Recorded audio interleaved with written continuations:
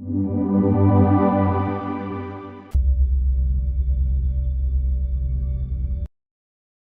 বিশ্বাস করি বর্তমান সংসদে সদস্য হিসাবে যারা ঢোকার সুযোগ পেয়েছেন, প্রবেশ করেছেন, তাদের সকলেই মজলুম।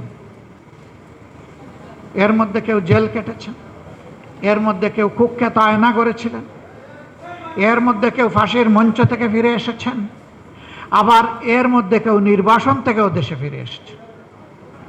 এরকম লোকদেরকে নিয়েই আমাদের বর্তমান সংসদ।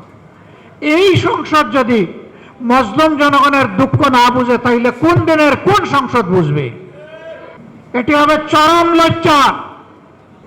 54 বছরের দফায় দফায় যে ফেসিবাদ বাংলাদেশি জাতিকে এগিয়ে যেতে দেয়নি, সেই ফেসিবাদকে 24-এর বিপ্লবীরা ছুঁড়ে মেরেছিল বঙ্গোপসাগরে, নালায় নর্দমায় ফেলে দিয়েছিল। এখন সেই নর্দমা থেকে এটাকে তুলে আনতে চায় কারা? মনে রাখা দরকার, এই প্রজন্ম প্রমাণ করে দিয়েছে, এ প্রজন্ম যখন জেগে উঠে তখন মাসের পর মাস আর বছরের পর বছর আন্দোলন করার প্রয়োজন হয় না। তখন ওদের বুক চিতিয়ে যুদ্ধ করার সিদ্ধান্তই ফ্যাসিবাদীদের কলিজায় কাফন ধরিয়ে দেওয়ার জন্য যথেষ্ট।